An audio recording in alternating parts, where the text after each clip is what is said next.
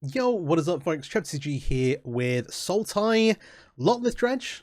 That's for Lotleth Troll, new from Pioneer Masters. We're playing this in the MTG Arena Explorer Metagame Challenge, or the MTG Arena Pioneer Metagame Challenge, or yeah, we can call it MTG Arena Pioneer, but it is Explorer currently, and we'll see what happens with the name. Anyway, doesn't matter. New tools for Dredge. I played a bunch of the blue-back version of that quite recently. Check out that video. It has like a temporal trespass in here. Does some pretty crazy stuff. We won a game with temporal trespass. That was sweet. But here, trying Lotleth Troll, playing the Sultai version with black and green cards, and Lotleth Troll does a couple of different things for you. Black and green for a 2/1 with trample. Discard a creature card, put a counter on it. That's the big thing. And black to regenerate is nice. So I'm going to read the MTG Arena text for regenerate, because this isn't a mechanic that we see anymore. If a creature regenerates the next time that turn it would be destroyed. Instead, tap it, remove from combat, and heal all damage on it. Previously, there was like wording about regeneration shields and phases and stuff, and that might be in the small text somewhere, but it's not on the card. So hey, we'll if that comes up, it comes up. This is a threat that we can protect with regeneration ability versus things like Supreme Verdict and other wrath effects, or just like damage, which is nice. Does remove from combat, but then also, and the main thing it does here is it has a discard a creature card to put a counter on it ability to enable us to like discard Prized Amalgam and Silver Smoke Ghoul, which we get stuck in our hand, as well as like spend Alchemy Members we have lying around and any other creatures that we so happen to find, make a big trampling threat, and hopefully beat our opponent with it. And then that also allows us enable our like normal Dredge game plan. Prized Amalgam comes back from your graveyard if you've had another creature come back from your graveyard. Silver Smoke Ghoul comes back from your graveyard if you've gained 3 more life this turn.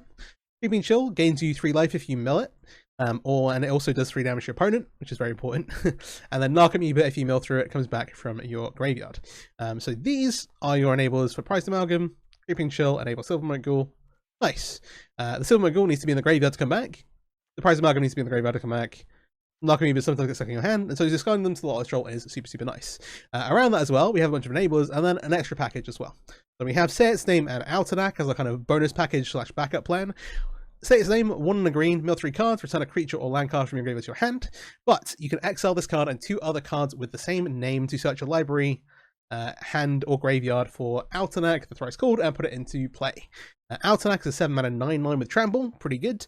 When it becomes a target of a spell or ability the opponent controls, you get to draw, and you can discard it from your hand to get a land card from your graveyard back onto the battlefield tapped.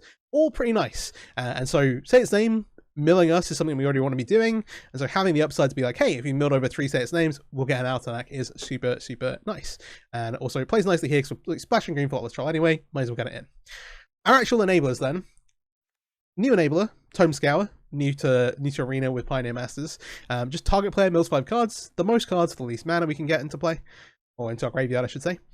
Secret Keeper does 4 cards, but you then goes on an adventure and you can get this 0/4, which can block, which can be quite nice. Stitcher Supplier enters or dies, mill 3 cards, kind of nice for some of the aggro decks, kind of clog up the board a bit. And then Otherworldly Gaze, which is a lot of like fixing the deck in terms of like controlling your drawers and stuff like that.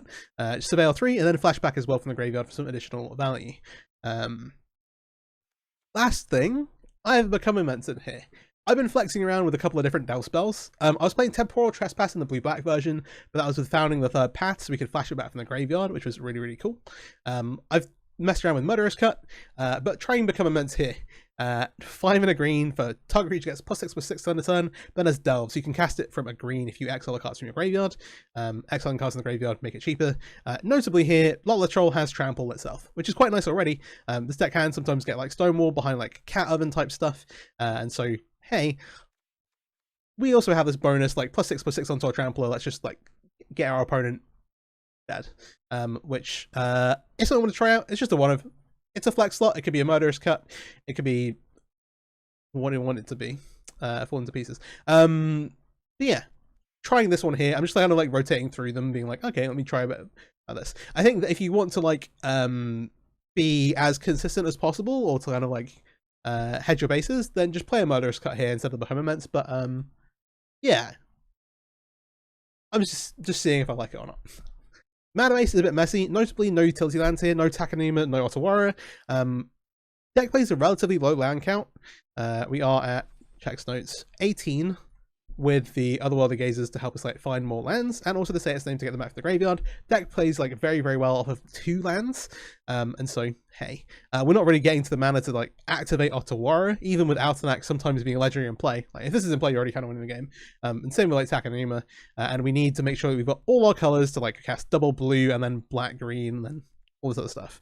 So 2 mana Confluence to kind of also help us with that, and then a full 12 fast lands with 2 copies of Watery Grave and 2 copies of Breeding Pool. Base color here is blue for like Secret Key, all your blue enablers here, but then obviously we need the other colors.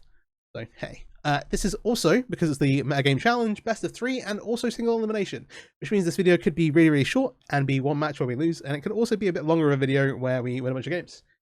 Let's hope for that, but also we'll see how it goes. And to that end, we have a sideboard. 3 copies of Fatal Push, slow down versus aggro. 4 copies of Pick Your Poison, deal with your opponent's anti-graveyard stuff. This is the best like generic catch-all we can have, and is a massive reason to play the green in the deck over just playing straight blue black. My general perspective is that straight blue black is the most consistent, cleanest like way to play the deck for games 1, and then game 2 you're kind of like banking on Thoughtseize, which you do have here, and like Spell Pierce to try and snag your opponent's interaction pieces, and hopefully you can like win game 1 and then like struggle through games 2 and 3. The green version has like more ways to answer your opponent's sideboard stuff with Pick Your Poison, which is nice. We do also play the 3 copies of Thoughtseize. These are for like the combo decks in the format, but then also obviously you will bring them in to try and take your opponent's graveyard hate versus the slower decks. 2 Brazen Borers is a bit of a catch-all, kind of doing a similar thing with Pick Your Poison, but also provides you with an additional threat out of the sideboard that doesn't rely on your graveyard. Sometimes the 3/1 with flying could get there. I'm not saying it will, but it could. And then lastly, 3 copies of Ashiok. It's just like a super versatile like hate card in that it turns your opponent's graveyard off. It stops your opponent's edge of the library, which is really nice versus like Lotus Field. But then also, like, you can just target yourself to mill yourself while you exile your opponent's graveyard, and so it just enables your deck while doing the 2 above things.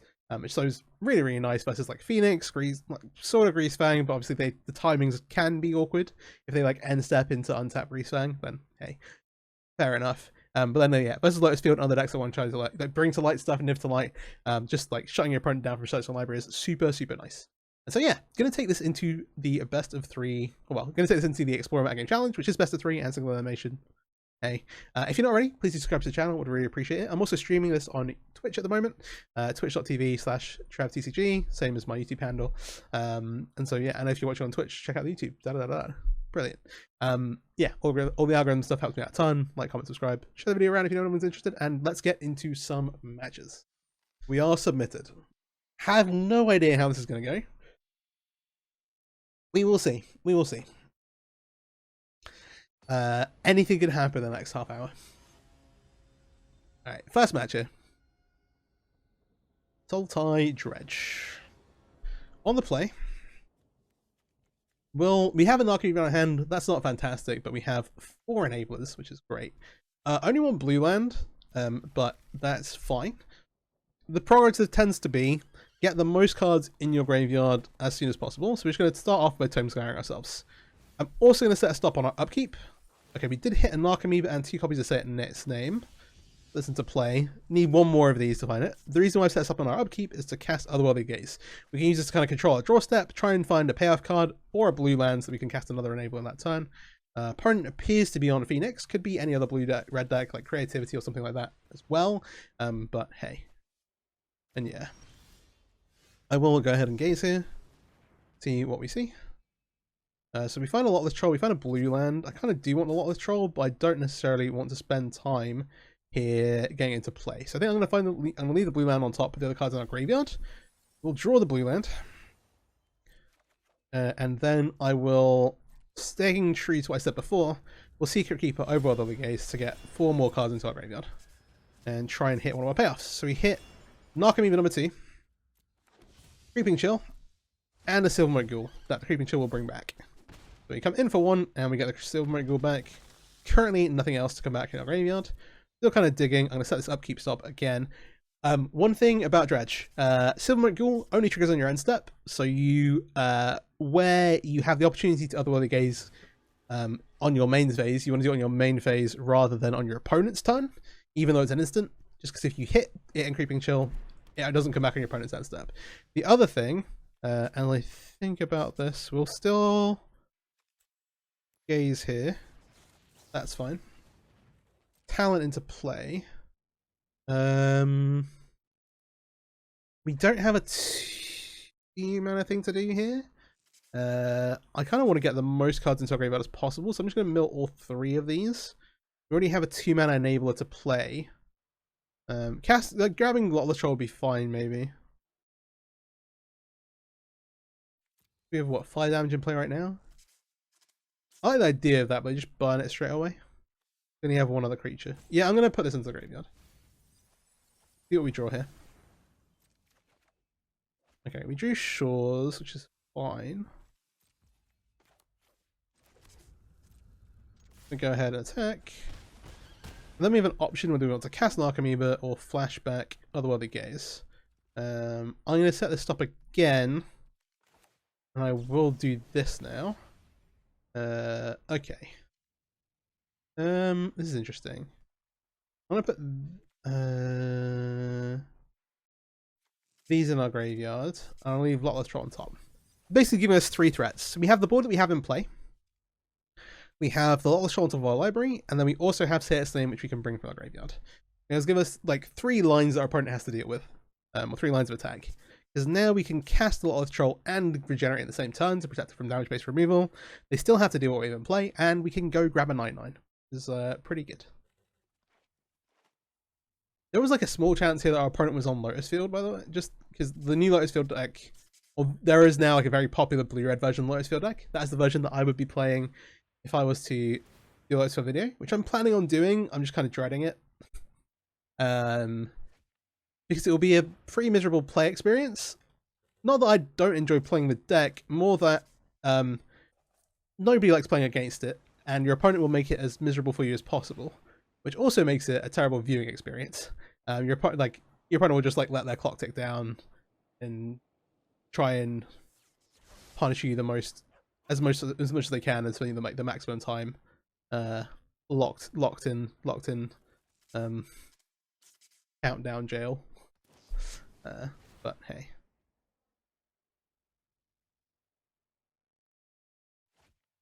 Okay, Silver still goes to the graveyard. I've got this upkeep stop set. I actually know that a lot of the trolls on top, so I'm probably going to leave this. Okay, so my plan here was we don't want to attack with these. There's no point. We're going to go ahead. I think we will do both of these now. It's going to be quite difficult for our opponent to deal with both sets of things. I don't think it is in our graveyard, right? Okay, brilliant. Search library. There it is. Outside the price gold. We can regenerate this, so I feel happy enough putting it into play. I'm going to reset this upkeep stop, and I'll play the Blooming Marsh as well. No tags. Okay. Right, yeah. I was talking about stops and then went into the Silver Smoke Ghoul thing, where we want to like cast these effects on our turn where possible to maximize chances of triggering this. The way that stops work on Arena, you have to be very proactive with setting them. If you set them kind of like while some interaction is happening, they will sometimes get missed. Like if some interaction is happening on our opponent's end step, and then at that point I'm like, oh, I want to put a stop on my upkeep, it will just breeze straight through this to your draw step, even though it looks like you've set this up. So the points that are important are on your upkeep for like Otherworldly Gaze, and on your opponent's second main phase if you're playing Haunted Dead, which we're not here, but in the blue-black version you would do. Where like Prized Amalgam triggers on end step, so if it goes to graveyard and comes back, or like sees a creature come back on end step, it won't come back into the following one. That's something that sometimes you can use for like advantage on our turn, when we bring like Silver Smoke, we set things up to bring like Ghoul back on our turn, but then have the Prized Amalgam return on our opponent's end step, so they don't get to wrath them. But it's like something, just a weird interaction to keep in mind. The opponent's on 9 here. We have a lot of the Troll, which we can go for. No, I've set the stop again, so we can Otherworldly Gaze. Trying to get some control over our draw. They've hit 1 Phoenix here. I think they hit Lightning Axe. Yeah, so you've got like good removal, but they're going to struggle to hit Altanak.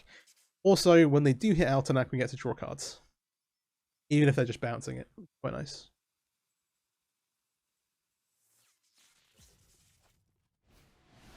All right, Cruise.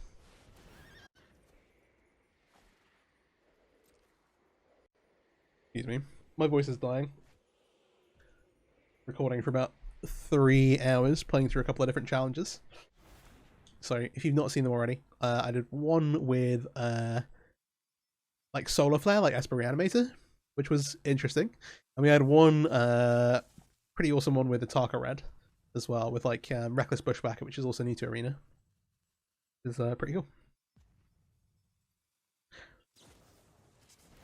So like, here our opponents use their time, but like they're making like real decisions and stuff, not trolling us. So yeah, I'm hoping to get around to the Lotus video, but I'm also like, I'll just record it off stream and find like, I'll do the deck tech, go through the lines, and then like hopefully like, and then have like one match to showcase the combo stuff. No point in discarding this on main phase. We'll just go to my turn. They have 2 of these. That's 4 toughness. They are close to being dead on board. Let's cast another one of the gaze here. So we hit. Creeping Chill kind of seals the deal. Okay, knock Amoeba. Because we have 2 of these, I'm actually going to bottom the Tomes. I'm going to put the Tome Scour into graveyard. I'll flash the second one back as well now. I'm actually going to spawn. Oh wait, yeah, it's too late. One other thing with the stops is that like, if you don't have a stop, reasonable. I'll draw the Silver Smoke Ghoul, and then we can discard both of those to the Lotleth Troll. Go to main, go to combat, declare attacks.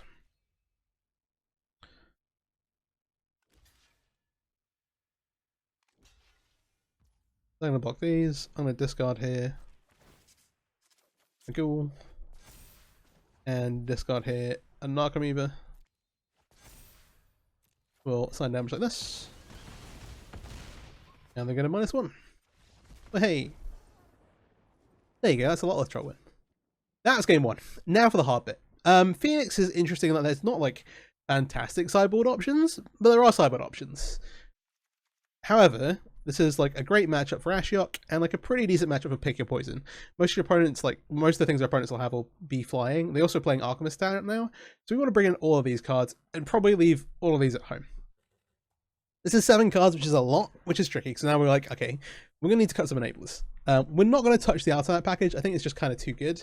I also don't want to cut the Lotleth Troll, even though it gets a bit worse with a sideboarding like this. The Pycomment is going to come out here. Opponent's got loads of targeted spot removal, so this is kind of a bit weaker than it would be normally.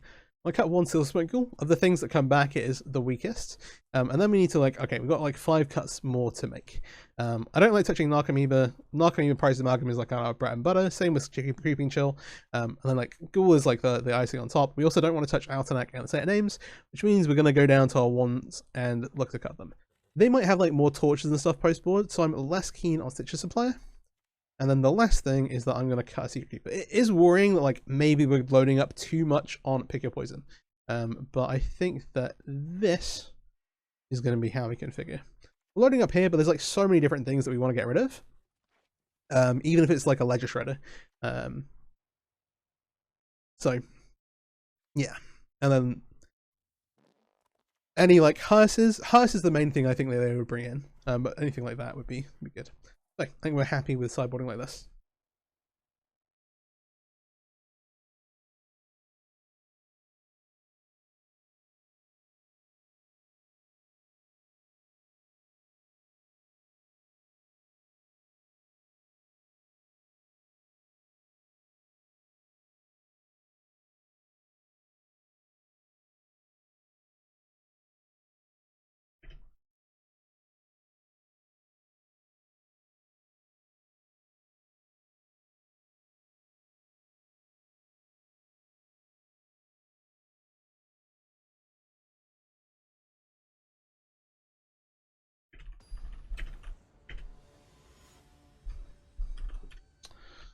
All right. Game 2. Aaron gets to play draw. We have 2 enablers, say its name, but no blue source. And no interaction with our opponent's doing. Double Silver Ghoul is in hand is rough because we only have 1 left in the deck. So despite normally what I say is if you have 2 enablers and lands to cast them, you should keep it. In this case, I really want to keep it still. We have more discard outlets for this, but none that we can cast off these lands. Having the say its name is like a 3rd enabler if we draw a blue source. Nice. If one of these with an otherworldly gaze, I'd be much more happy about it. I think I'm going to mulligan. And this we will absolutely keep. I'm going to bottom the Mana Confluence. We need a third land for Ashiok, but we have Otherworldly Gaze to help us find it.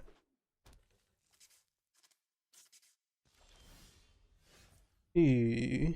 Third enabler, solid. We'll just Sanctum to start with. No Spell Pierce. Okay, one say its name, one Mark Amoeba. The other thing is that depending on what our opponent's graveyard hate looks like and how they decide to use it, you can play through like one piece of interaction reasonably. Slightly biased here because we have like we've drawn all our Tome Scours. Played it like a set. But hey. Here with Amoeba, let's make this. While we only had 2, I was tempted to like hold this to try and find third land for Ashiok. Obviously very good in the Phoenix matchup, but given we have everything, I'm just going to set a stopping my upkeep for this.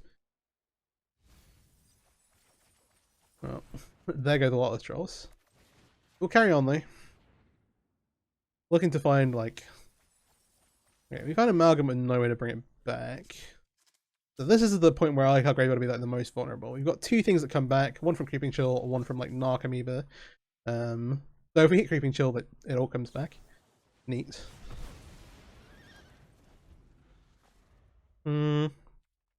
Actually, this is bad. We should take the natural draw step, because if we natural the third land, then we can feel pretty good about it.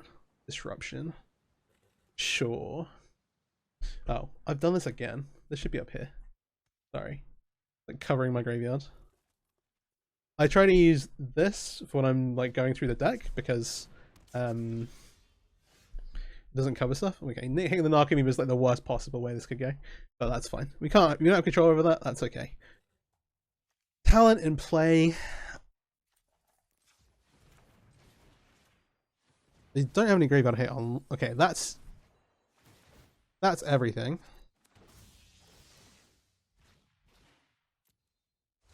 Do we think they have like Anger of the Gods? So we have Amalgam, Silvermate coming back. We should cast this, try and find the third land anyway.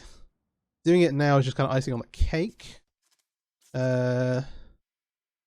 We want to set some weird thing up where if they have Anger, then it all gets gone. We want this. Do we want to set some weird thing up where we like chill next turn?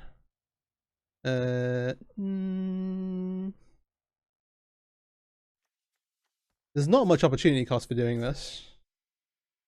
Yeah, okay. Basically, like, if they shoot our Silvermote cooldown, we can immediately flip it back into play with Ashiok.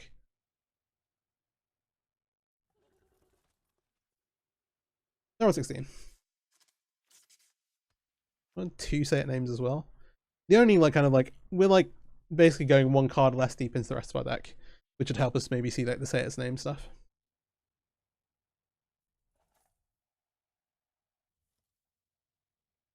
Yeah. We won game 1 with Lotleth Troll, which is like the main card I was looking to showcase with Sultai. Say its name stuff is really, really good. I'd say that as well. That also kind of helped us win game 1. Okay. 1 Phoenix. But I played a blue-black version. Obviously, Tome Scour's new to Arena. There are a couple of other... was there anything else in the Dredge deck? I think there's one other thing I'm forgetting. That is new to Arena. But notably, the blue-black version plays like Founding the Third Path. And Founding the Third Path lets you like flash stuff back from the graveyard. And so rather than like... Well, we're not playing the Altanak stuff in blue-black. I was playing like 1 Temporal Trespass. Okay, so we didn't flip this over. They didn't bring back Phoenix either. Notably, Ashiok exiles our opponent's graveyard no matter who we target to mill. Target player mills 4, then exile each opponent's graveyard. We're going to mill ourselves. Oh, we hit double chill. They're going to scoop it up. That is, I think, fair. All right. We'll choose to be on the play. So this is a one-land hand. The one-land hand with multiple enablers and otherworldly gaze. It's actually got 4 enablers in it. Otherworldly gaze lets you see some extra cards. The Surveil 3 really increases the chance of hitting a second land. But we have Creeping Chill and Knocking in hand. Creeping Chill, cast from hand every now and again, will bring back like Silver Ghoul, isn't the worst. Knocking is not great. However, 4 enablers, we're going to go kick with this. And so the important bit is I'm going to set an upkeep for the next turn. Because this turn, we want to Tome Scour, try and do our best to hit. Okay, nothing. Fair enough. And then upkeep, we will try and find a second land with the Otherworldly Gaze, and hopefully play a second enabler. Doesn't always go to plan. Exiles a card from their hand. Get this out of here.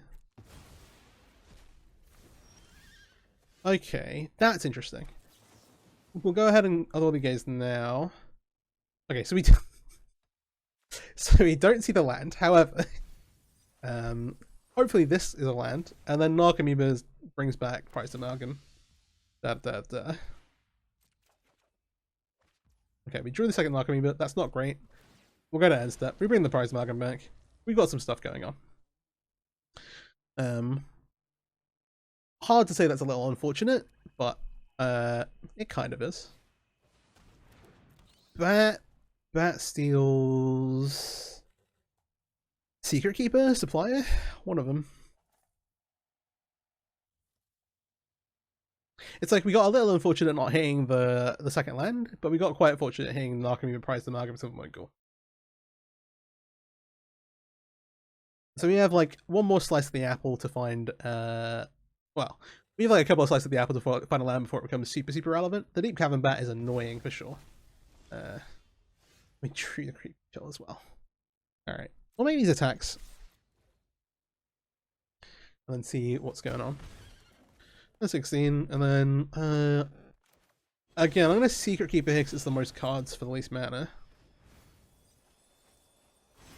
Alright, we hit another Prize Amalgam. It's not the greatest. Yeah, that's the logic behind that. One card that I was like sad to see not get reprinted in Pioneer Masters is the there's a black enchantment from Ravnica that's like occasionally you see it's like an 8-rack enchantment basically. Doesn't necessarily see play an 8-rack in Modern, but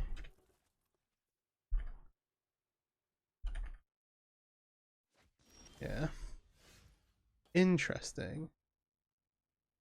We hit our land, which is cool. This thing is Menace. I was going to try Shrieking Affliction. Thank you. There we go. This can threaten to block here, force removal spell. We don't want to. We don't care about this right now. We have Prize Amalgam, Silver Ghoul with Creeping Chill in hand. Basically, like, do we want to cast this or do we want to cast 2 Otherworldly Gazes? We'll set an upkeep stop for this. I think it's probably better for us to use the resources in our graveyard, though our opponent is attacking our hand, like actively attacking our hand.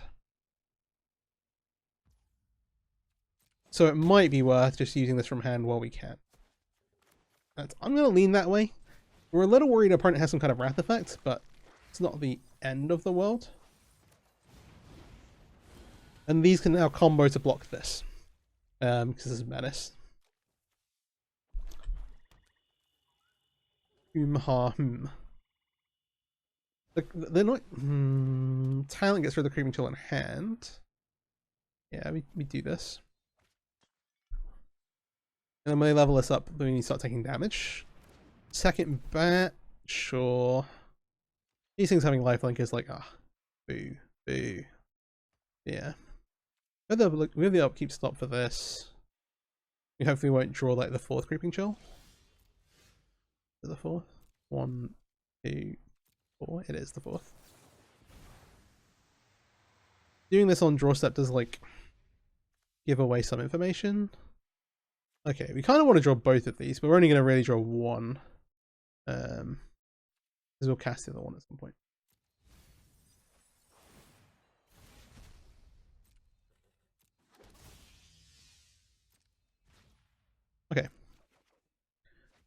I'm kind of fine trading one of these Archimedes off. So I'll attack with this one, leaving one black to block this, like if it happens. This can come in because it's coming back next turn, kind of regardless, because we've got Price Amalgam coming back on our end step. This... And we can block this anyway. I'm not too worried about that. The extra damage is not really up to, it would be better. And if they decide to block it, then it trades. So we get the cards on graveyard. They are going to do that though. Okay, Silver Ghoul. I'm a little worried they have a way to exile our graveyard. I'll be honest. That would be unfortunate. Preacher. This deck's interesting.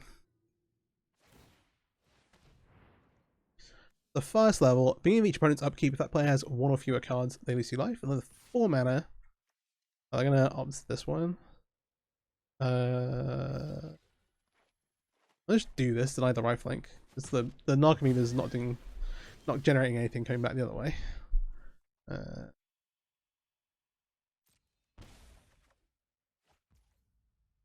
Alright, we get to everything here. Again, there's only one Creeping Chill left in the deck. We can maybe get this one back here. This does block price. Do we have any guarantees here? No, but we get to see 8 cards. We're going to not attack.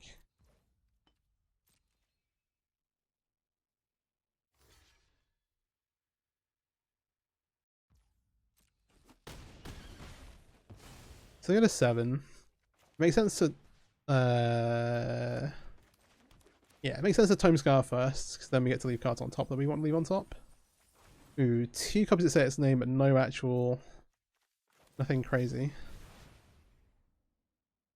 There's Creeping Chill with price with Silver Ghoul. I will leave the Secret Keeper on top. Okay. So they go to 4. And then the way this will work, these Silver Smoke Ghouls come back now.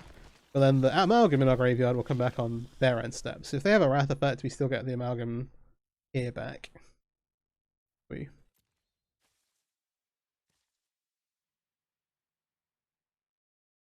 Okay. Reasonable. Reasonable. When are they going to have games to... Oh, golly. The thing is that puts a card on top, not into hand, unless you pay extra to draw and lose.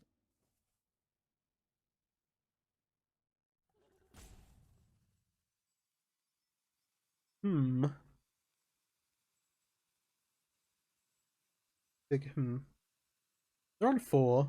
Like, they can block... Oh no, they can block 3 things. Except they have a Narcomedes. That gives us a Creeping Chill back. And we have Price Amalgam.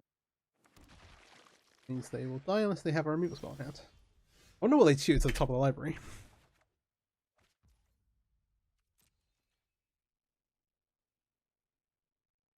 We can also afford to attack one of these.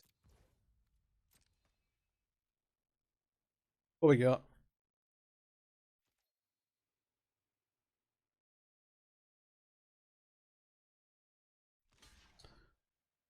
Yeah. Which is relevant here because we can deny them the life gain.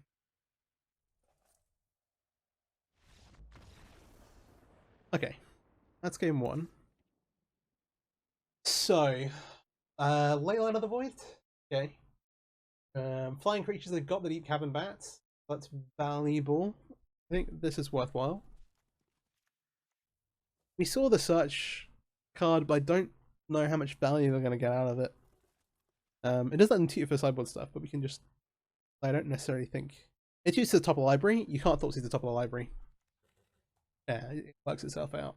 The other card I'm thinking about... what's Thoughtseize? Like, Brazen Boar is like a bit of a catch-all. But ideally, we don't sideboard loads of cards. So the For Fun Become a Mantis coming out. It's fun with Lotleth Troll to like try and punch somebody, but it's going to get trimmed. 1 Silver Ghoul. and then 2 other cards. We are playing like a host of enablers. Of these, Stitch Supply is definitely the worst. Like, do we want to actually leave this and just like cut an extra supply? I think so. Tome Scour means you really do have a lot, and we don't want to dilute the enable. We don't want to have like, we don't want to have infinite fluff. So keeping the ghoul in while we only need to sideboard a few cards is fine. Generally, when you're like sideboard, if you need to start cutting things, like Supplier would be the first cut here, and then Silvermote Ghoul. But only as like 1 copy, just because it is reliant on Creeping Chill, whereas Amalgam has like, there's some other stuff you can do. Ghoul is like the worst of these, but you don't really want to cut more than 1. To the point where sometimes builds in Modern will play 1 Ghoul. Sorry, not 1 Ghoul. We'll play 3 Ghouls just straight up. Something I'm very excited about right now because Faithless Looting just got unbanned. So that's cool. Not a chance to play with New Dredge yet, but yeah. I don't really play Magic Online. But Modern FNM most weeks. So opponents on the play, we have Creeping Chill and Alchemy in hand is not great. We have 2 enablers. But the Prize of Amalgam is like the 3rd bad card in hand, so I'm gonna bargain this. Here we have Set's name. Oh, this is a 1-lander. Need more to 5? I think so. This, if we had the 2nd land, then maybe. Okay, and we'll just keep this. I'm just gonna get rid of this and get rid of a. Yeah, it is awkward. Like, kind of want to keep the Sanctum. The Brooding Marsh is like the extra black land. That's kind of funny. Scour us, set the upkeep stop for the other one, I guess. I was nearly popping off right there.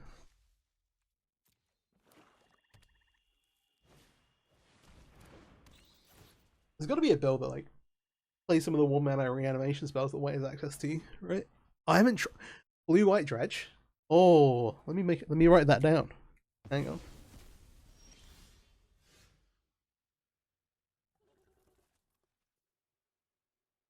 So they took the Altanak, which is annoying, I guess.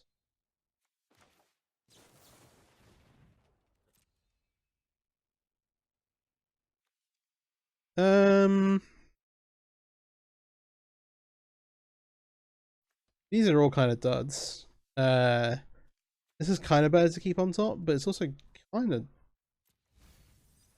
bad. Kind of bad. I gotta put them all in the bin actually. Because he would have drawn. Yeah, I forgot we were doing it. It's not upkeep. Try and draw like a blue land or something. Yeah, that was a mistake. We're gonna just put this in the bin and try to get 1 card closer. Altanak's interesting because it can get something back from our graveyard. This time we're just gonna venture deeper. They're on 2 lands, which is interesting. Okay, we hit the Alchemy Beaver. That's good. We like that. Ronan, thinking about that. Remember to set this up this time. The Saint's name can now also get us a land back, which would be nice for next turn. But so I actually don't want this upkeep stop, but in practice, just set it, and that way you won't regret it later. Okay. Can opening ASMR or no? I open the can and then I mute myself to take a drink. There you go.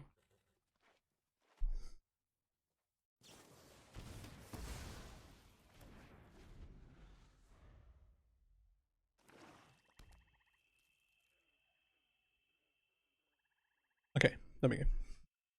Sure. Oh, discards 2 cards. That's tough because the set's name's under here. All right. Well, now we do want the upkeep stop. It turns out.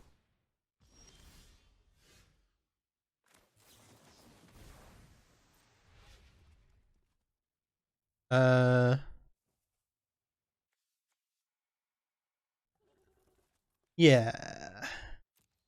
Let's do this way around.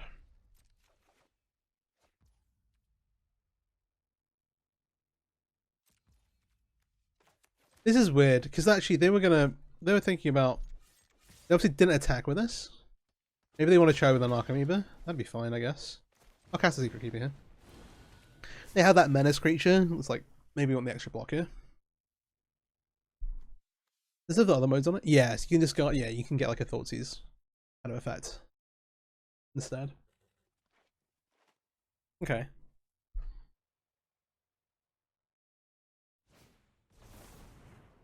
Kind of makes sense. This doesn't look at the top 3. This could legitimately be a land here, because I just hit land 3. So you can pick your poison into discard Altanak, get a land back.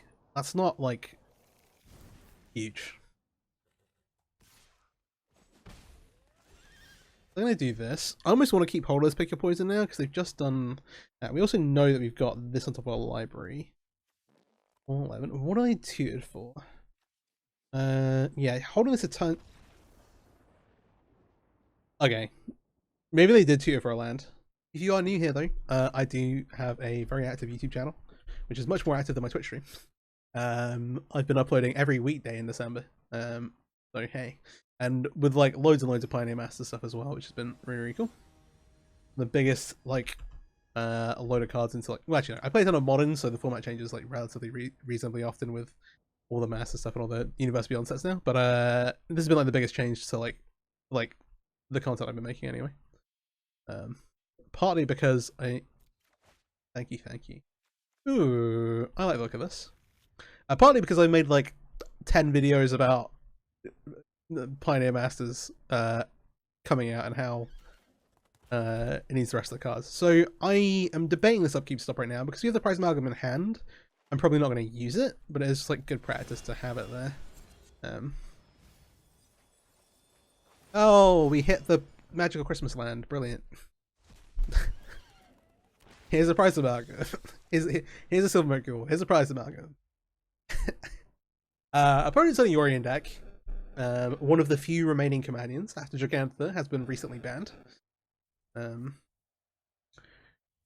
not that unhappy about it. Could be like Niftalite. Could be like, I'm gonna draw here. In for 6. I will Mana Confluence for a Lotleth Troll. End turn. This gives us a discard out. Oh, sorry, I'm gonna set these up, keep stops as well. This is a discard outlet for the Prize Amalgam. Importantly, we do want to do so. Prize Amalgam, it needs to be in the graveyard when the creature enters. It doesn't check for the entire turn. Let's just see what they target here. Probably a Lotleth Troll because that's the one that can regenerate. Oh, they were like gonna target the troll, and then we're like, wait, you can just discard a bunch of cards, maybe. Given that looks like an adding act. That kind of tells us enigmatic incarnation. Ashiok does shut our opponent down such a library, and Pick Your Poison does blow up a bunch of enchantments.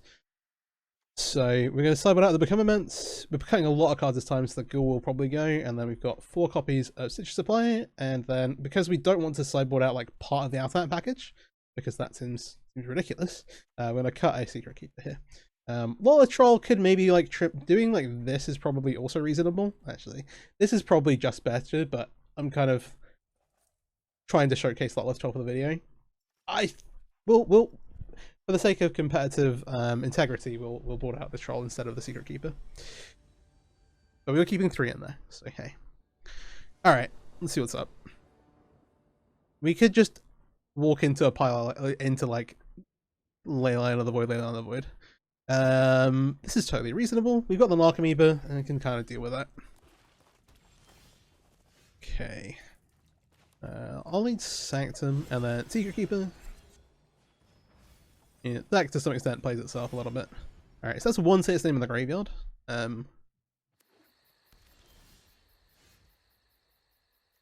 We have double Enabler to cast on turn 2. So, Secret Keeper myself again. Okay. All we really succeeded in doing is putting lands in the graveyard right now. We do have a Prize Amalgam there, but our opponent's definitely going to have more time this game. Okay, I'm gonna do this. Did we? No, we didn't mill through any secret keepers. That's like, okay, we can get that back with say its name. Okay. Sure. Chill you. So we cast this and get it active. I just conceded. Okay. Yeah. I guess we have like infinite gas if they just not hit our land. What's happening? Pick Your Poison is kind of a game changer for this deck in that you have one card that can deal with basically any like graveyard hate your opponent brings in. Like there are like other cards that can stop you, like Thalia is really annoying to play against. There are a few things like that just slow you down a ton. In terms of actual graveyard hate pieces, they don't just immediately exit your graveyard, which is why like Rest of Peace is still good. But yeah. So we have Chill, Ghoul, Narc. We have this is a mulligan. I don't know why I'm talking about it so long. This is a bit more interesting. We have like otherworldly games, which is a bit like two enablers. We can put like the Ghoul goes. Actually, that's probably like the weirdest part here is that we have like Troll on 2, and then we probably get rid of the Creeping Chill. But it's on the Bomber Library. We don't have a way to reshuffle, which is awkward. Yeah, I think this is good enough. I don't want to go to 5. Because then these get discarded through. Yeah, okay. Deal. And then, okay, nice. That's a good draw. Please no Spell Pierce. Have to assume Phoenix. Could be like Creativity. They do have the Spell Pierce. That's fine. I'm gonna think about upkeeping this otherworldly gaze depending on if they leave mana open. The problem with just running out Lotleth Troll is that it, well, we have 2 cards we can discard to it, so it's not the end of the world. If they have, but they're gonna have Spell Mastery online is the issue. Ooh, or they're gonna make a Spite Dragon. Oh gosh. All right, this is not what I was prepared for. I'm not gonna cast this. I think we might need the Troll to race with. Okay. Battle stations. Now we set this up again. Anything can happen in the next half hour. Alright, consider.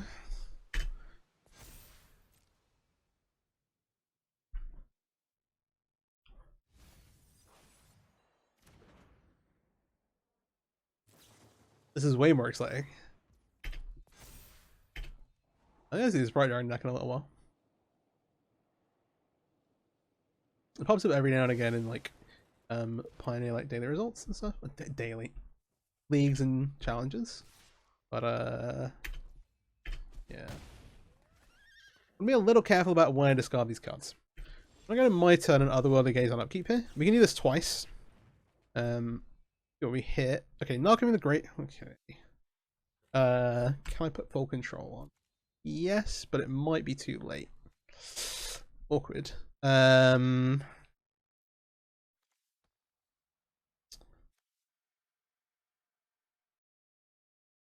need to regenerate here.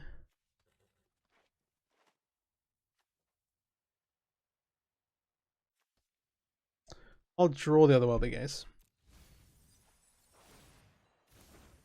This tree is on the stack. We want to discard Prize Amalgam now. This is why I turn full control on, because otherwise it will go straight through it.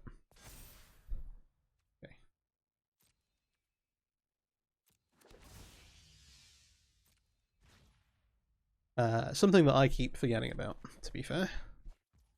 Yeah, it's cool. I'm gonna pay life for this so we can regenerate the troll.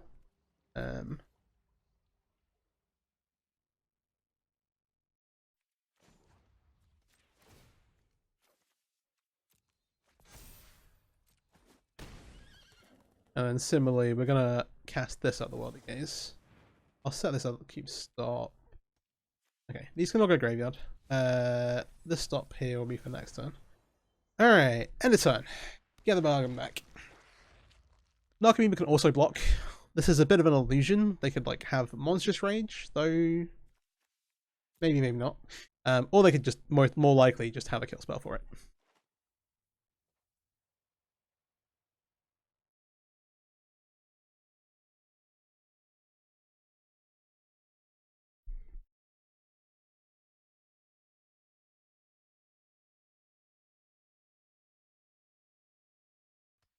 You got going on.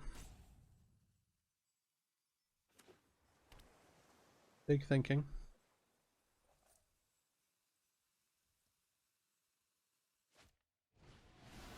Cruise is stonks, but only for what? They attack here. They also played a land, right? If they attack, we definitely block. You just save some damage. Then upkeep. We are otherworldly gazing. This is game 1. The black mana is more valuable.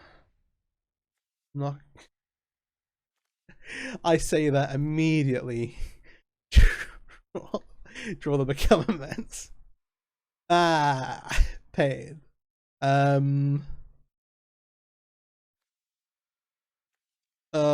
We should not be respecting this.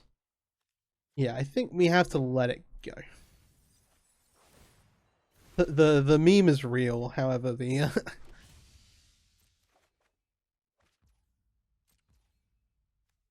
there's no decisions here. I'm just gonna make it.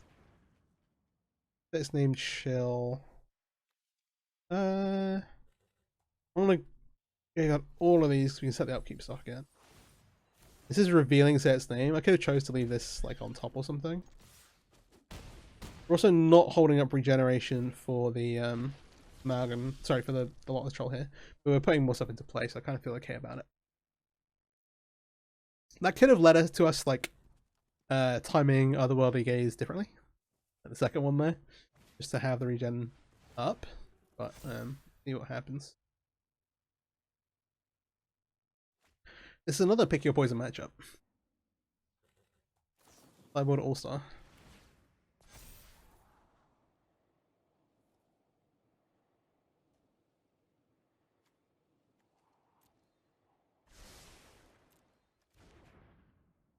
What we got? So they have Spell Mastery re-enabled and everything. I don't know what removal suite they're playing. And I also assume they have other threats besides Sprite Dragon. Okay. Untap Shockland, down to 4. Is equally dangerous. Prankster for free the Fae. Oh, I assume they're playing Phoenix, they just not hit one. And their like only solution here was to hit a Phoenix. They did draw into a removal spell. That doesn't currently let them live, unfortunately. They can block one thing, kill one thing, take 4. It would have to be something else.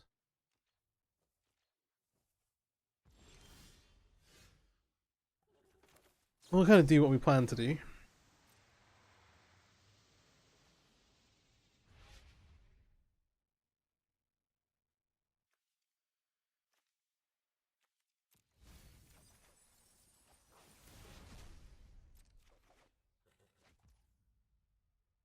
We don't know exactly what's going on over here.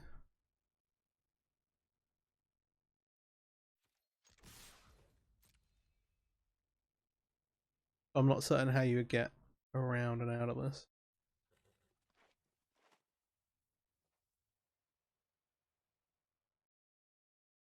Do you think it is better for us to keep the Lotleth Troll in play than it is to cast the Secret Keeper though?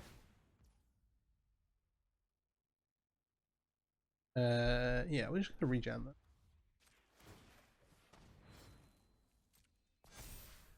You could keep it next time. Nice to remove from combat though. Oh, it does like put like effectively like a regeneration shield on it. I guess they replace regenerate with shield counter. Yeah. But then they take 4 here. Right, okay. Sideboard stuff. Pick your poison. So we didn't see other stuff. We saw cruise and some graveyard attraction stuff. I think I'm gonna bring in like 2 copies of Ashiok. We didn't see any actual phoenixes, but that might just be how it went. This situation we're boarding like 7 cards. Sorry, did I? Yeah, no.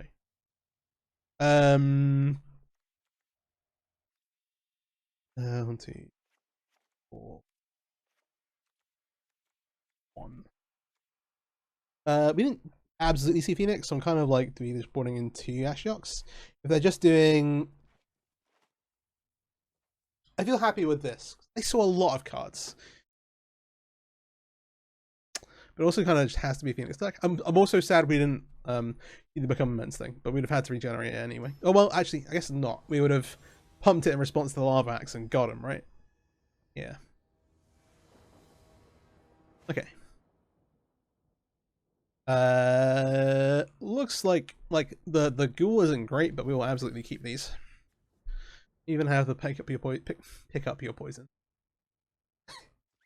Yo, you've dropped your poison. Pick it up. Oh dear. That's a problem. Okay. Extra Tome Scour? Sure. Can't really play around Spell Pierce. Would rather let's get Spell Pierce than the pick your poison that deals with their graveyard hate, so here we are. I'm gonna consider. Pardon me, but part of me ponders if possibly. Alright, we see an Amalgam in the graveyard, we see say its name. The books aren't fully cooking yet, but soon TM maybe. The real question is if they make like a fairy sprite, do we like pick your poison it? Do we take some damage off of it? The cards I'm worried about are like well no, like Bankbuster basically. Okay, we drew extra pick your poison, so I guess we do now. I'll Secret Keeper first.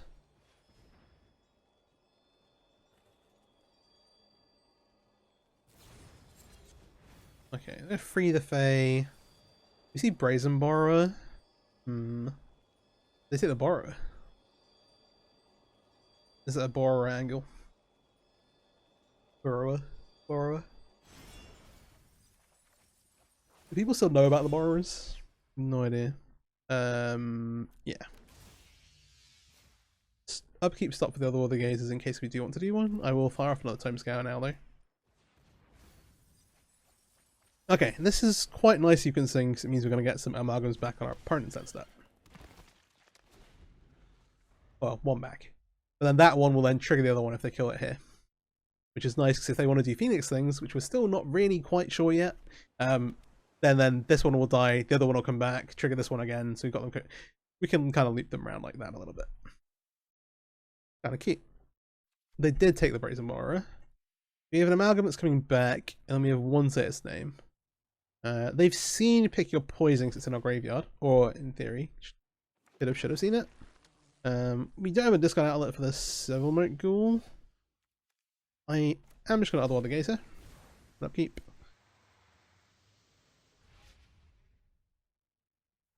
So I'll put these all in the graveyard. We can't cast a Lotleth Troll, so this is kind of the Altanak is interesting in keeping, but like it's a bit slow to keep. Troll the Creeping Chill. Thanks. Okay, let's go to combat.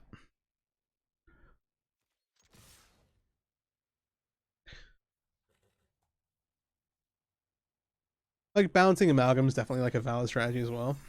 Yeah, there we go. Like taking damage here.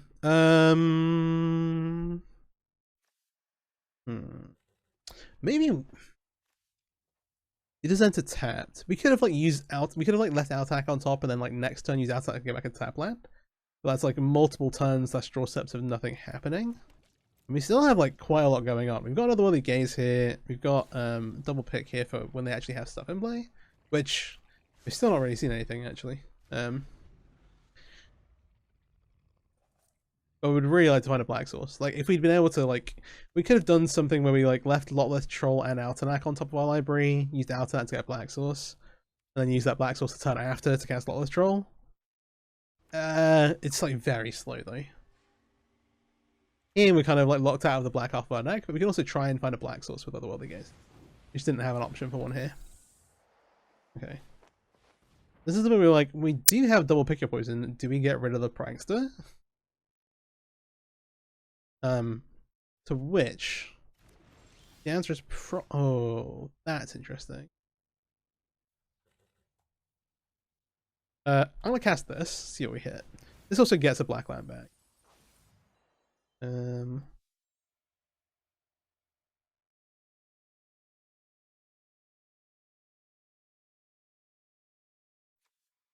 Warrior Grave is slightly better than Mana Complements. Do you even want to use this straight away? I think we do want to pick this away, so I think we go...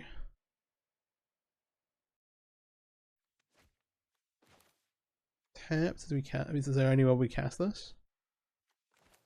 We just don't take 2. This we might live to regret.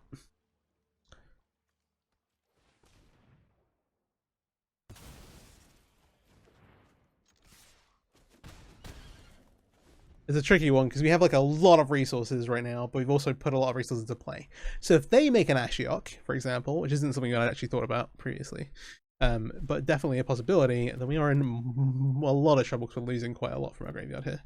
We need one more say its name. I'm going to set this upkeep stop before I forget. You need one more say its name in the graveyard.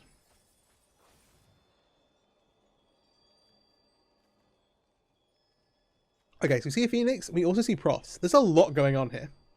You have to assume like there's like 3 to 4 copies of Artist Phoenix, 1 to 2 copies of Profs. Assumedly 4 Phoenix. If you're playing Fairy Sprite, I don't see a world where you're playing less than 4. And they're also still playing like Picklop Prankster and Brazen Warrior. I mean, like this, like one of these is like just standard in Phoenix now, pretty much, because you can find it off of Free the Fae. But yeah, no, there's a lot going on over there. Sort of. Okay, so we have Amalgam in hand to cast. We should do like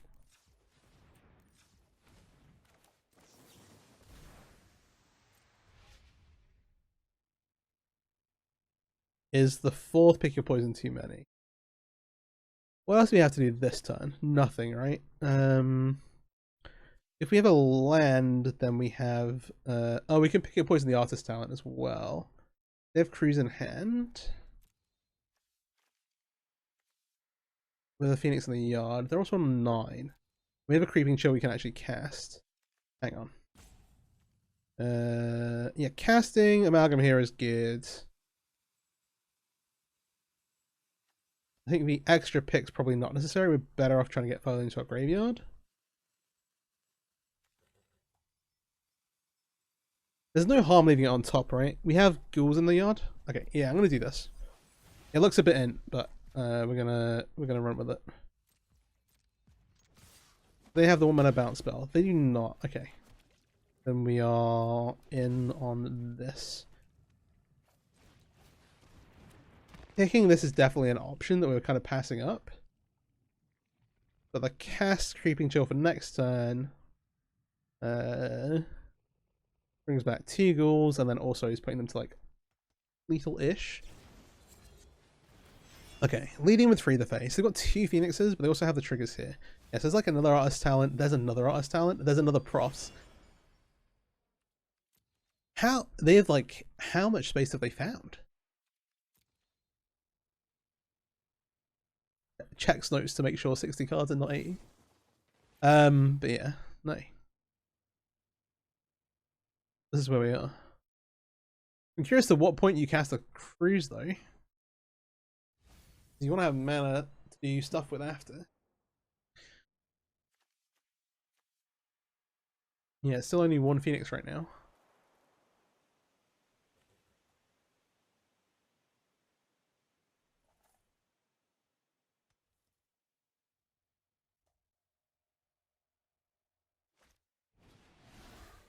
Okay. Now's the time. Talent trigger. No, they're just going to draw straight up. So they've got 2 cards that they want in hand. Those removal spells, or are they... No.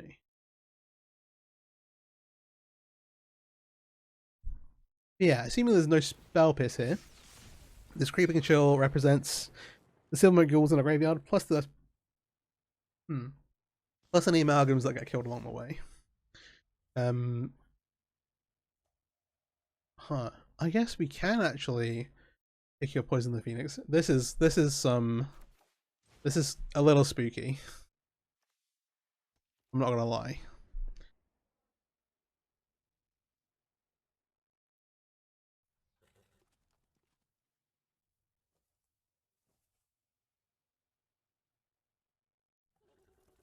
This is some like no shot. This is a line. They need to have 2 removal spells, but that was already the case. My key point in doing this is that they have to use 2 removal spells to... Well, they could be on 1 life. Okay, so they're into... Ooh. Okay. Are they going to 1 here? I'm gonna cast this and hope they didn't keep a Spell Pierce for the road. Oh, they didn't. Okay, good. Alright. Peace. We take those. I'll get myself in the right mindset and record a Lotus Field video when I'm yeah. when I've psyched myself up to do it. So I feel like I need to for completeness, but also I don't love the deck, like playing it, and your opponent will definitely take exception to the fact that you're playing it, and so will make it as miserable for you as possible by like just letting their clock run down. So opponents on the play, we have double Silvermoon Ghoul, which isn't as bad as it would be normally because we do have Lotleth Troll on the deck. Otherworldly Gaze is like 4 enablers, kind of. Like if you really pretend like it is. So I'm gonna keep this. But it is sketchier than I would like. Okay, tap plan, go. This is also weird because I'm Otherworldly Gazing main phase here. As we see a lot of Troll on top, we take those. The reason why you do this main phase and on end step, on your opponent's end step, while this is an instant, is because these only trigger on your turn. And so if we somehow hit another Silvermoon Ghoul and a Creeping Chill, it would come back on our step, but wouldn't come back on our opponent's. We're then kind of priced into the Lotleth Troll play. I'm going to set this up, keep stop for this Otherworldly Gaze, or this Otherworldly Gaze. But hey. They just a Fatal Push. They are thinking hard about it. Oh, maybe they don't. Maybe they have Torture Tower. Come on, Torch. Torch. It's Fatal Push. We will still discard these. And hope they don't have a way to exile our graveyard. But yeah. It'll die if we get these in the graveyard. Okay, we need to find a Creeping Chill. We need to find an Archimeber. One of those things would be good. We have the upkeep stop. We also want to not die. Given that it's Fatal Push, this is most likely Jund Creativity. Which means that we could die pretty quickly. Yeah, we use the Darkslick Shores. We've got another blue-black source in hand. Okay, say its name. Okay, these are all going to go to... this is upkeep. I guess I'm going to actually... Let me just check our graveyard. We can get all the children. Oh, we've got Stitcher Supply to get back with it as well. I'm going to leave say its name on top. And we'll draw that. But then I'm going to main phase this other one that goes. Okay, we hit double Markham, but these will go to the graveyard. I'll set another upkeep stop here because we do have another one. And the untapped land for this. These are bringing back Prized Amalgam. But we're in like the real danger zone. If presented with the opportunity to, we will absolutely double block this goblin with both Narcomoebas. Because we want them to have no targets for creativity if possible. One target will maybe net them like a Valgavoth or a Atraxa.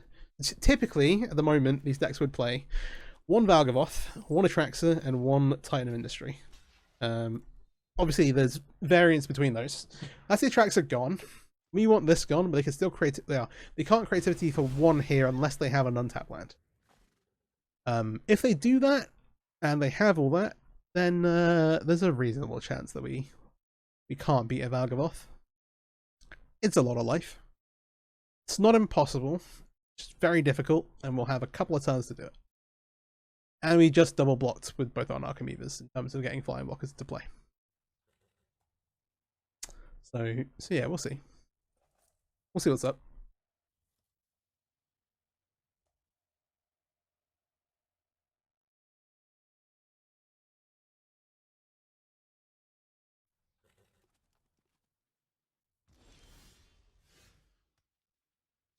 Okay, they did not do that. I want to make sure that we have green mana untapped. I'm going to otherwise gaze like this.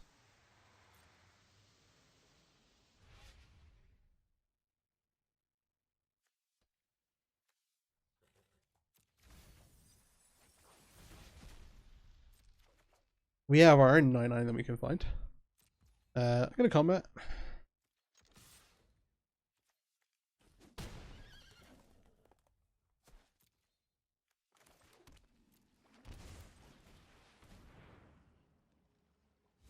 Let's name. Okay. Secret Keeper over Stitch Supplier here. Alright. So then they have a turn. So if they spend this turn doing like well, there's a couple of different things that are not bad. Okay, big score. They trade 1 treasure token for 2 treasure tokens, but they also get 2 discarded draw spots. They also get Fable, and so once again we're like there. Do they have a creativity? Have they found it? Have they found that creativity? Oh, Zombify tracks are also very good. Yeah. Generally, you also see like 2 copies of this. Or like 1 to 2 copies. It's really good. This inspired me to play, to like try out the SP Reanimator list that I was playing earlier.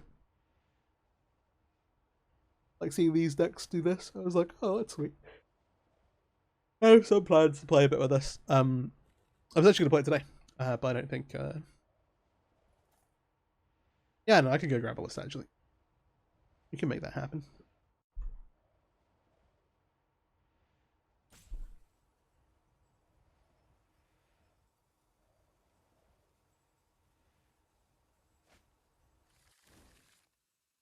And we do see a creativity. That's not good news. Not for our heroes, no. Alright, we got some shots.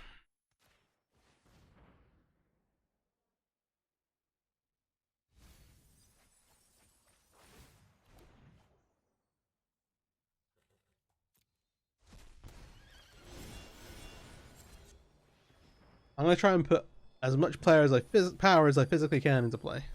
Alright, that's a ghoul. Good.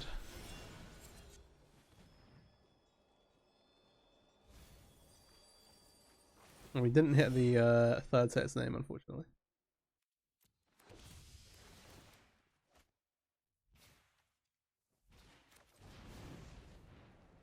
Yeah, I'm not sure how we get out of this.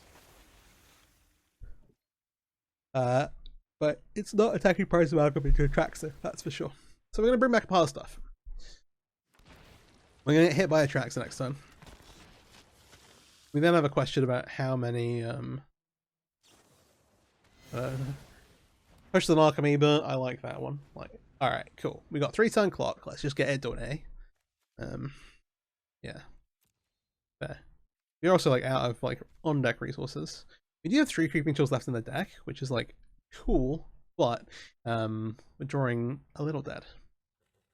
Our other saving grace is that, ooh, maybe our opponent will decide to put the Atraxa in front of the Silvermote Ghouls, which can sacrifice themselves to stop them gaining life. And we'll see how that goes. There's a Valgavoth. So they are presenting lethal for next turn. Oh, we also drew Mana Confluence.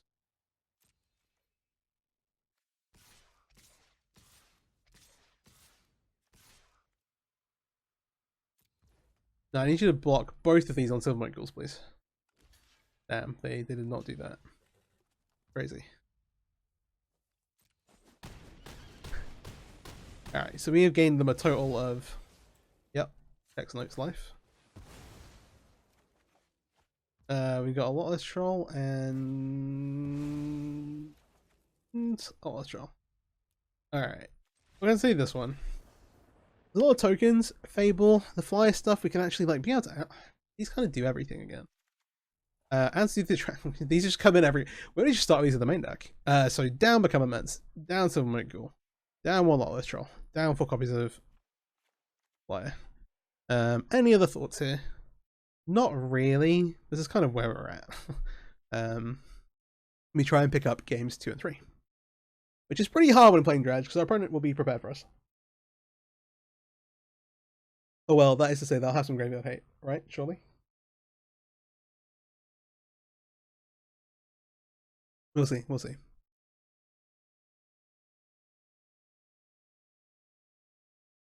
We've been playing Dredge for like an hour and a half, actually, I realise. There's a lot of Dredge. Dredge lovers eating. We will go first. Not like this. Oh golly. I hate everything. No, we can't. We've got nothing, like we can put these in our graveyard. We've got nothing else to put anything in our graveyard. Lotleth Troll makes our like some of our draws better. We're gonna keep 5 here. The lands are important. What was important? Gosh. I think we say goodbye to the troll. Yeah. Come on. We hit 2 things, but we want these things to be doing other things. I'm probably gonna start at 17. That's kind of fine. It's not helping us that much. Okay, we hit a blue land. Nice. Come on, Secret Keeper ourselves. I don't remember what we put on the bottom. Lotleth Troll. Pick up poison. There's another one of these. I'm gonna set a stop. Don't worry, Grave. Yeah, I'm just stopping for other other guys here. I'm gonna end step Fatal Push. Reasonable, I guess. Sort of. Sort of reasonable. Not fantastic. We'll do this.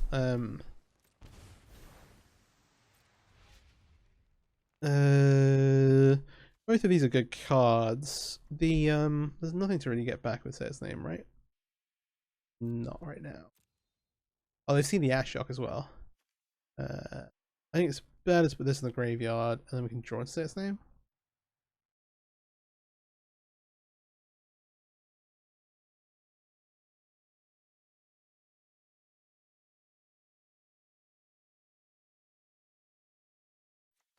Or it might be better to put these in the graveyard, draw into other worthy games. Yeah, okay. I kind of buy that.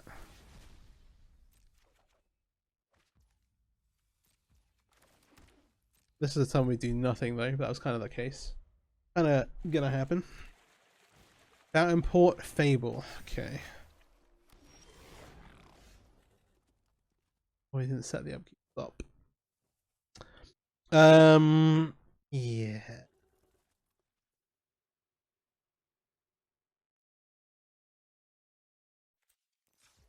I'm gonna other gazer.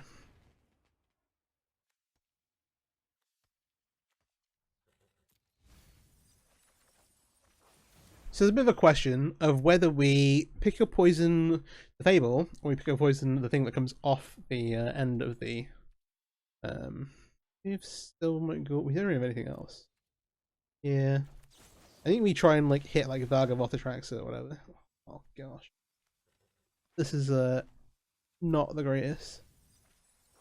Alright, okay. It's fine. We've had like a very good day of dredging. One matchup, one match where you just kind of like miss everything is fair enough. Okay, first, tracks in the graveyard. I wonder if they do have the Valgamoth. They can just make a Valgamoth now, but we can make them, we can, like, force them to sacrifice it. That's like kind of cute. They're thinking about it. They are thinking about it. Yeah, they're gonna go with the token, leave that one in play. There's the Valgamoth. So we can cast Valgamoth. Well, sorry, we can cast Pick. We have to hope they don't have a creature flying of their choice, please. Goodbye. We want to think about sequencing a little bit. So we have, we can still upkeep this. Yeah, okay, yeah, no, it makes sense to do this. I'm gonna reset the stop here. Oh, we hit double on Archimever. Lone Arcs. I'm gonna cast this to block the token. We have double Otherworldly Gaze. We are like one copy of Say Its Name off. The one upside of like leaving the token in play, and why they kind of I think chose to go this way around, is that they get to like do stuff with a token with Cookie Chick Reflection. They have 4 cards in hand still, so it could easily have more stuff going on. Could easily have a Zombify for the Valgamoth or the Atraxa. They are instead going to sack the draw card, which I'm happy about. Well, I mean, I'm not happy that they're drawing cards, but it does indicate they don't have many resources. And then we're gonna Otherworldly Gaze here. Well, 3. Okay, we see these 2 into the yard. Yeah, no, we'll take a random draw step. This is an untapped land that kept on top.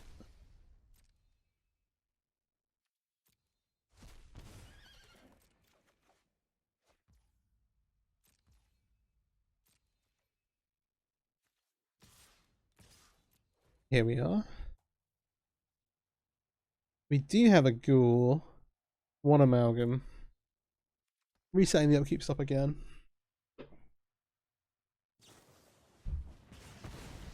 There we see a torch. We get a 9. Ghoul comes back. Amalgam comes back on their end step. Kind of interesting.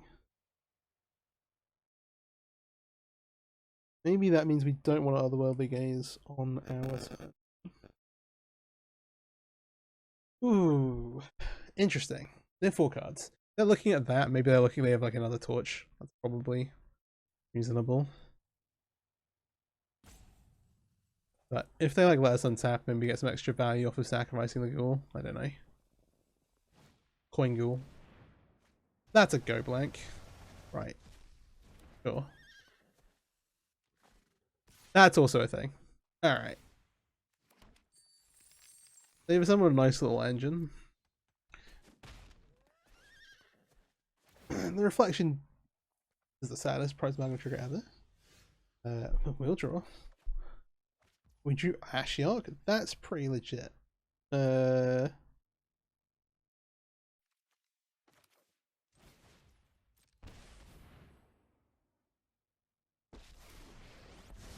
Not like fantastic, but it's like pretty good. What do we mill of our stuff? Altanak's completely offline now. Does turn off all their animated stuff. So we've only hit no. All the creeping chills are gone. That is why they're at 9 life after all. This should come in the air. The Silver Ghoul will get chomped by this thing. They'll get to draw a card here or make a token with the Fountain Port, but they are on 8. There are no creeping chills. There are 1, 2 amalgams exiled. There's no way to bring Silver Ghoul back. There are 2 Narcomoebas. The 2 Narcomoebas, 2 amalgams still floating around. We have 1 ghoul in the graveyard which can't come back. Yeah. I've played builds of Dredge where there are other ways to bring Silvermote Ghoul back, like other ways to randomly gain life, but no. Including with like Sorin, when like Sorin Bane Ripper was still a thing that was going on in the format, but that's been a while.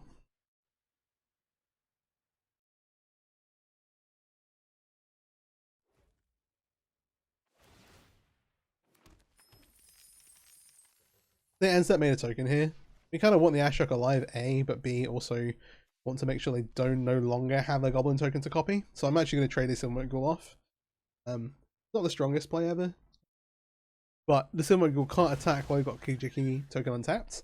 keeping the Ashika alive is really good for us, and then also denying them the ability to have like something good to copy with a reflection is.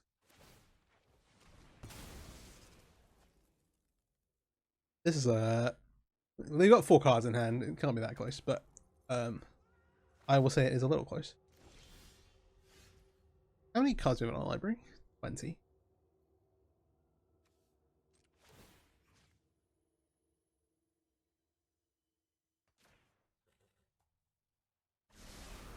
Fire this off. Behold, my epilogue of fear. I mean, the Narcomoebas can do. Well, yes, we have. I can't. So we've got 2 Narcomoebas and 2 Prize Amalgams, both which are pretty good. Fatal Push on Narcomoeba is not great for us. We then get to do this though. This puts us down to 12 cards. Well, there's the Altanak. Well, at least we're not drawing the Altanak. That would be silly. You build the wall in front of Ashiok. They now have the resources to cast like the Titan if they draw into it, or if they board into extra creativity hits, then potentially those. Now we see a Titan immediately. Good. Assuming one is in the game alive. I don't think we can beat a Titan, unfortunately, especially not with a reflection in play. I think that should be game over, methinks. Me squeaks.